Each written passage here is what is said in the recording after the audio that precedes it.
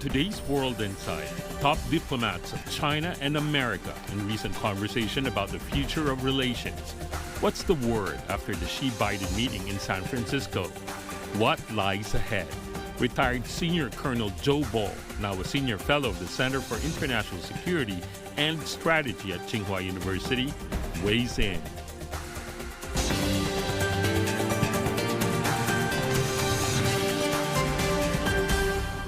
Hello and welcome to World Insight with me, Tian.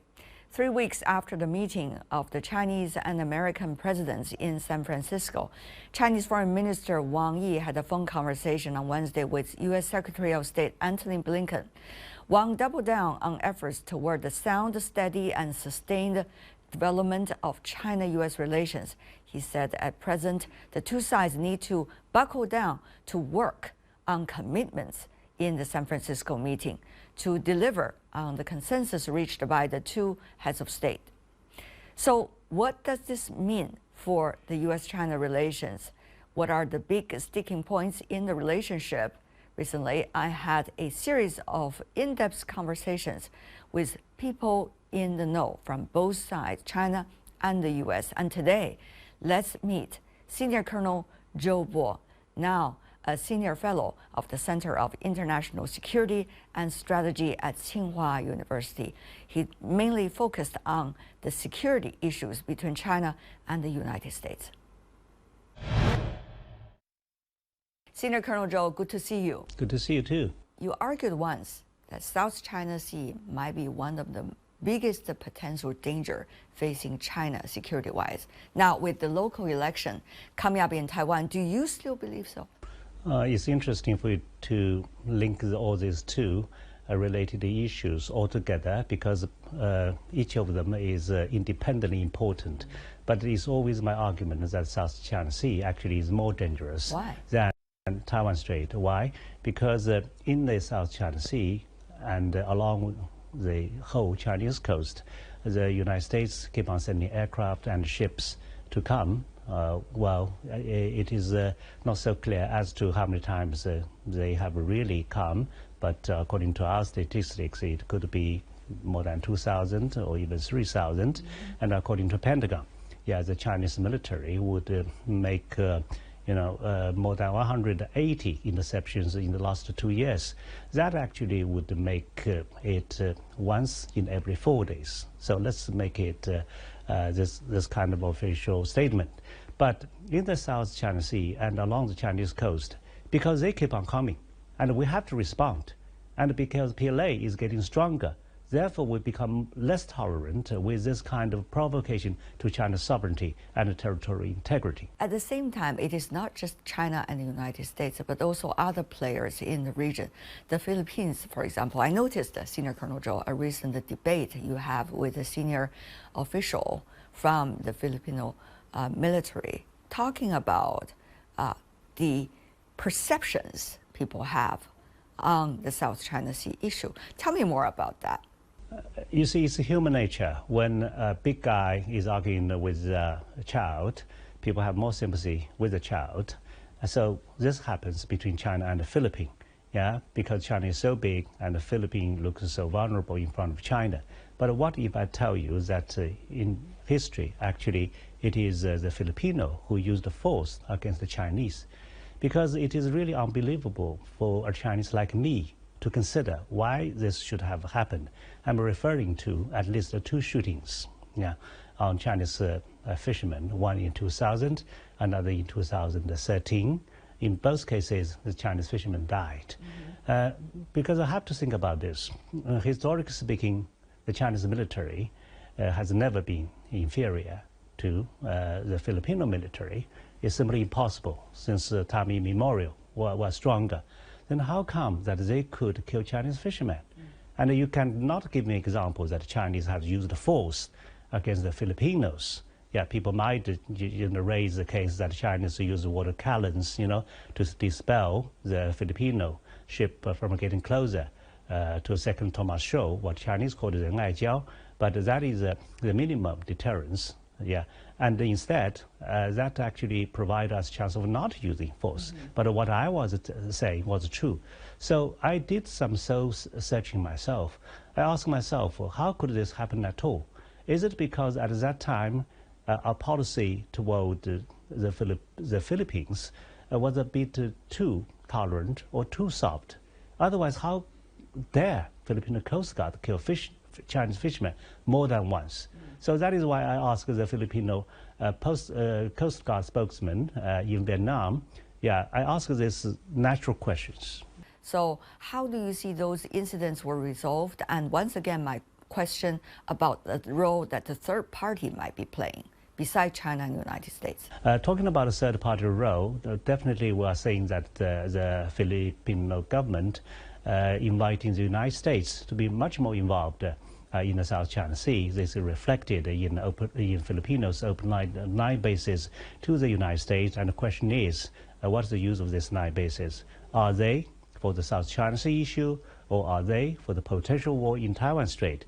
Because if you say, okay, all of a sudden the Filipino government needs to invite Americans to be involved in the South China Sea issue, we do not see any evidence that anyone is trying to use force against any other countries, because China now is negotiating a code of conduct with these ASEAN countries. Yeah?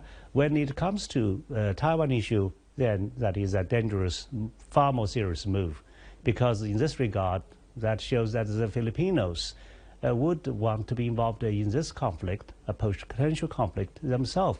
That is a very dangerous move, which would not serve their own national interests. Will discussions like these about the South China Sea have better potential to be resolved before it becomes a crisis, not to mention a conflict, if the two sides, China and the United States, implement the earlier consensus reached by the two presidents on mill-to-mill communications? The point is, between China and any ASEAN claimants, there is no problem of using force once more. So I believe the real problem lies between China and the U.S.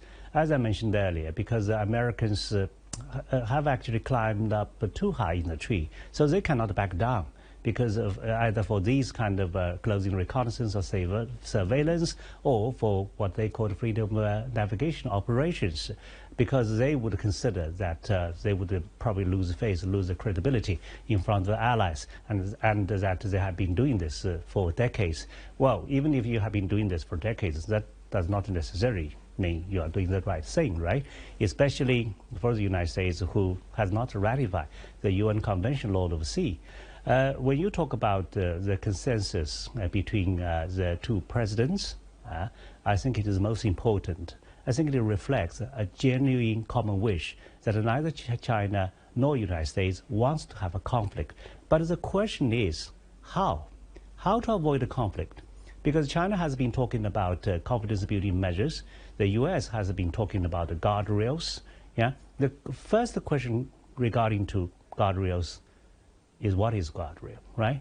Guardrail gives you the impression that the two guys, are fighting with each other, but some rules should be observed, right? You just cannot kick his head.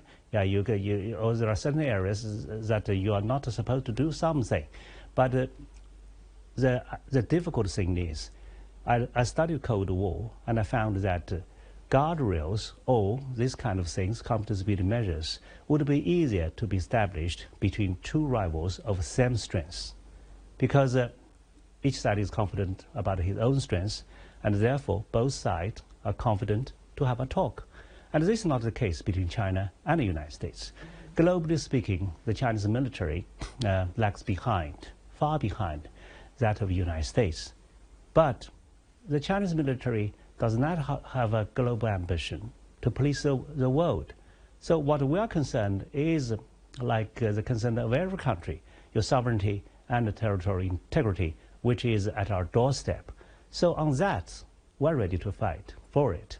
And the PLA is getting stronger. So in this whole area of Western Pacific, who is stronger and who is not stronger, it's hard to say, because there is no war between China and the United States, which is a good thing. But it's also difficult because you cannot tell which side actually is prevailing. But my answer is probably the gap is closing.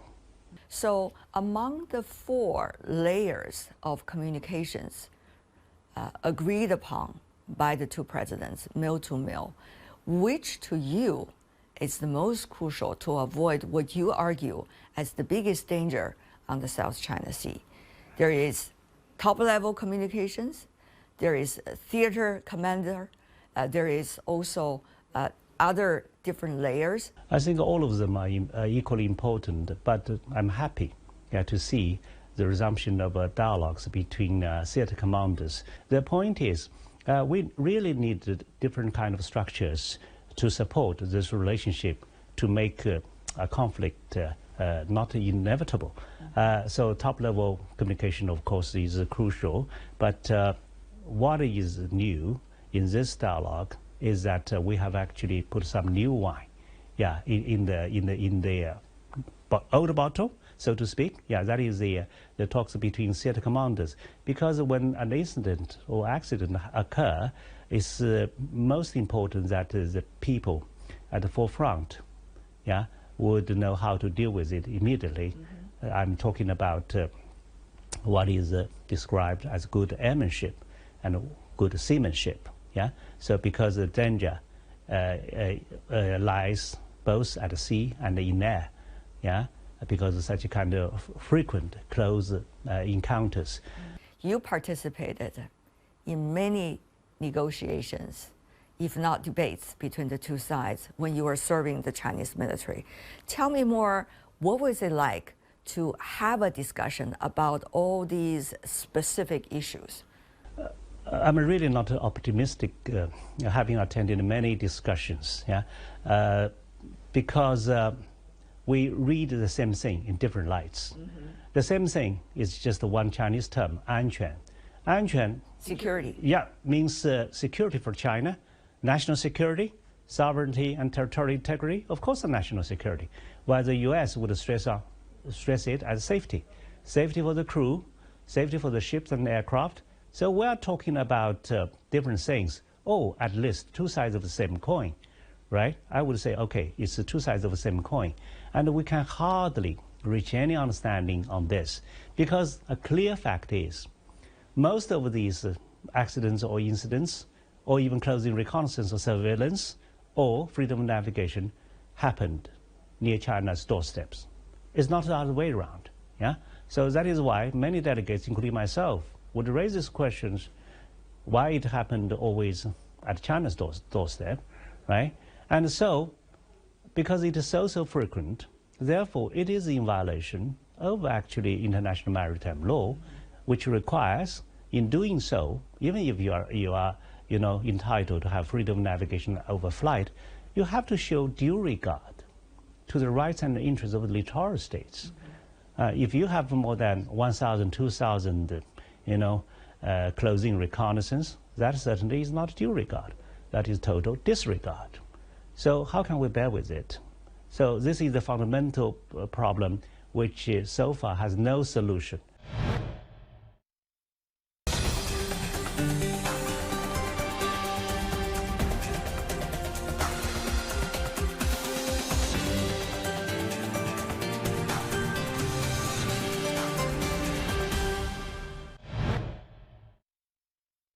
So now, Indo-Pacific strategy that we know over the years has been one used by the U.S. side. Many in China believe that it is ill-intentioned about circling China. Of course, everybody is entitled to their own approaches. Having said that, though, Senior Colonel Zhou, how do you see these on-site pragmatic issues, as you just mentioned, how to avoid a crisis and incident, combined with these geopolitical and strategic distrust? What does that mean for the real amount of work that both sides, if they really talk to each other, need to resolve? That is a grand issue. First of all, I believe American is refocusing on this region. We call it Asia-Pacific, while the United States would prefer to call it Indo-Pacific. But basically, we're talking about the same thing. I believe the U.S. is making a shift for two reasons. Yeah, one is the international geopolitics and the economic shifts are really moving in this direction. Yeah, with China, standing in the center. But China standing in the center does not mean there is only China in the center. There are also other countries around you, be it India, Indonesia, ASEAN countries, or even Japan and South Korea. So I firmly believe Asian century has already dawned. Yeah, that is for sure. Then this is an attraction for the United States.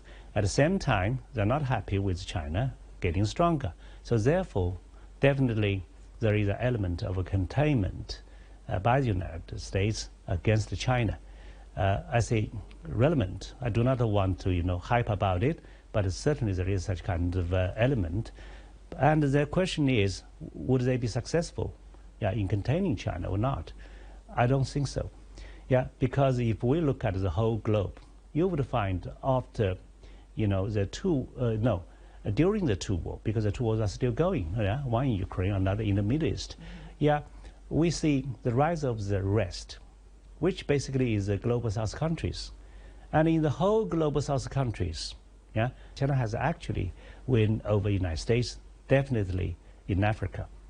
And then not in America, probably Chinese victory is less obvious, but still, I would say China, economically speaking, has more interactions with Latin American countries. The patchy picture is in the Asia-Pacific region, where there are American allies, but also partners, while these American allies could be China's largest trading partners. So this picture is a bit patchy. But if we focus on something that people mention the most, like Quad or AUKUS, I don't believe they would be very much successful. Let's talk about a Quad. In Quad, 3 countries are already allies. So the linchpin is India, which is just a partner, right? India has been very careful, to stand neutral, in this kind of major power rivalry between China and the U.S. So with India not becoming totally, allied with the United States, I don't believe this mechanism will move in the direction of becoming another mini NATO, as some people said. No, I don't think so. And then about AUKUS. AUKUS, of course, is a kind of alliance among allies, and is certainly in military areas. But think of this.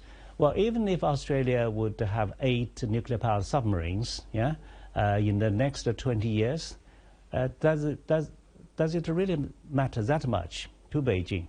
Yes, it will make the decision-making in Beijing more complicated, but then, in 20 years' time, how much stronger will PA Navy become, right? So this is not so black and white. And at the same time, China's relationship with Australia is improving. And more than one-third of Australia's export reportedly, goes to China. Then it would be a very difficult decision for them to have a kind of conflict with China. The local election in Taiwan coming January. Now, we have been hearing over the past few days from senior officials from the U.S. military talking about be prepared for, quote-unquote, a war. Senior Colonel Zhou, how big a danger is there for the Chinese military watching very closely the vulnerabilities that might be related to the local election in Taiwan? You have used the right word, watch closely. We definitely will watch closely, not only Chinese military, but the whole Chinese government will watch closely. But the question is, I don't believe that the results would really affect decision-making in Beijing, because we are prepared for whatever results that might come, right? Because if you read, again, the policy of mainland China, you would find that we still have confidence for peaceful reunification, because that was something written in the National People's Congress report in October last year, that we still have confidence in peaceful reunification. So that tells at least till October last year, we still have confidence. Then why all of a sudden we won't have confidence? Because I believe two things won't change.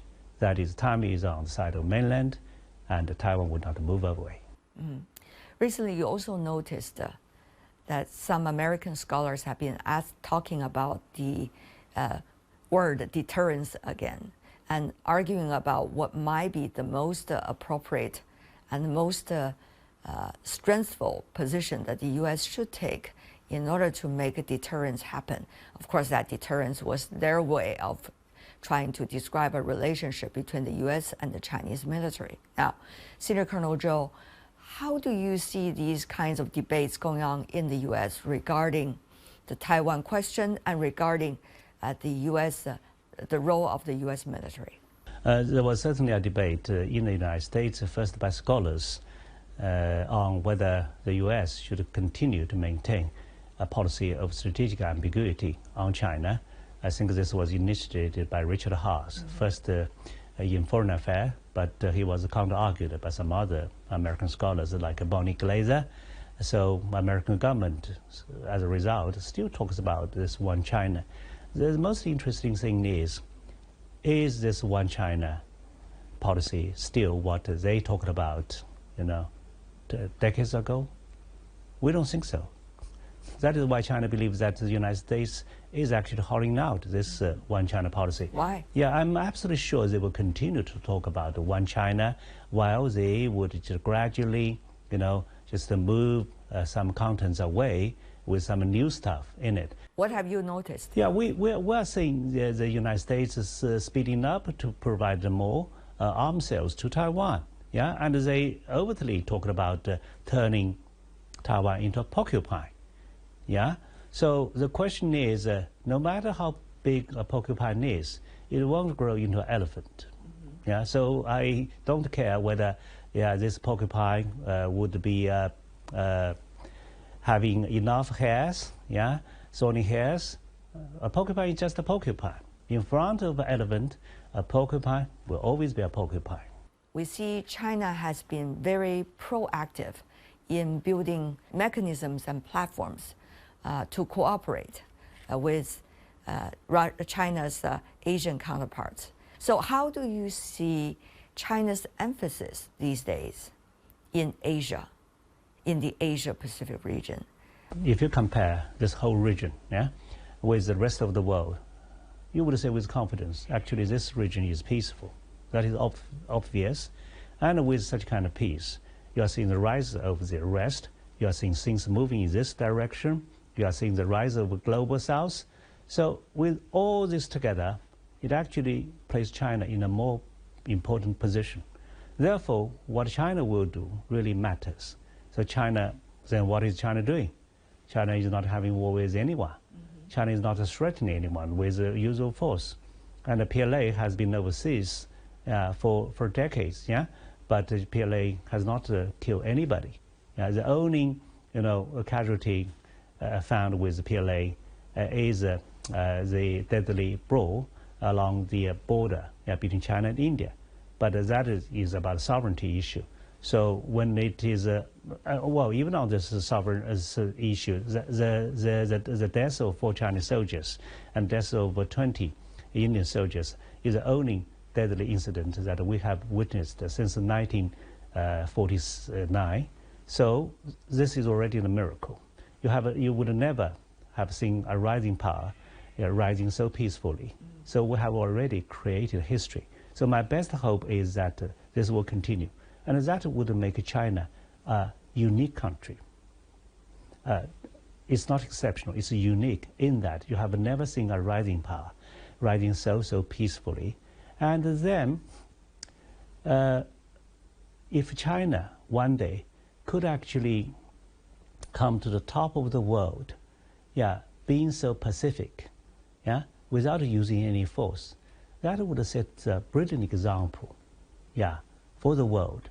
Being so pacific. That would give a good example, to the rest of the world, that all countries aspire for development. All countries want to develop further, but you can develop peacefully, and you can even reach the top peacefully. This would be unprecedented. But isn't that good for the whole world? Look at the wars, the endless wars after the Cold War. Who really remember the names, of this war, or what reasons are behind this war to justify all this? People just know so many people died, with one reason or another. Eventually, it's a casualty. It's deaths of innocent people that really matter. But China has not been killing anyone since 1979, after it finished the war with Vietnam. So this is unprecedented. And this gave me confidence, as a Chinese, that China really matters. But China matters, in the most benign and peaceful way. And that is good for the world. Still, people ask, when is that 4 different levels of communications, meal-to-meal, between China and the United States going to happen? I think, given that this kind of competition cannot be avoided, but first let me say that this is not something we want, because China would argue that there is an element of competition in this relationship, but still we hope that the cooperation would prevail. But if this cannot be the case, because the United States doesn't want it, so it's futile if you insist that this has to be one relationship of cooperation. But still, I think the best hope for me is very simple. It's just one word. It is manageable. Senior Colonel Zhou, always a great pleasure. Thank you so much, sir. Thank you. Senior Colonel Zhou Bo, my latest interview with him. That's all the time we have for today. If you'd like to know more, search World Insight. Check out our YouTube channel. Follow us on Twitter and Facebook. I'm Tian on behalf of the team. Thanks for being with us.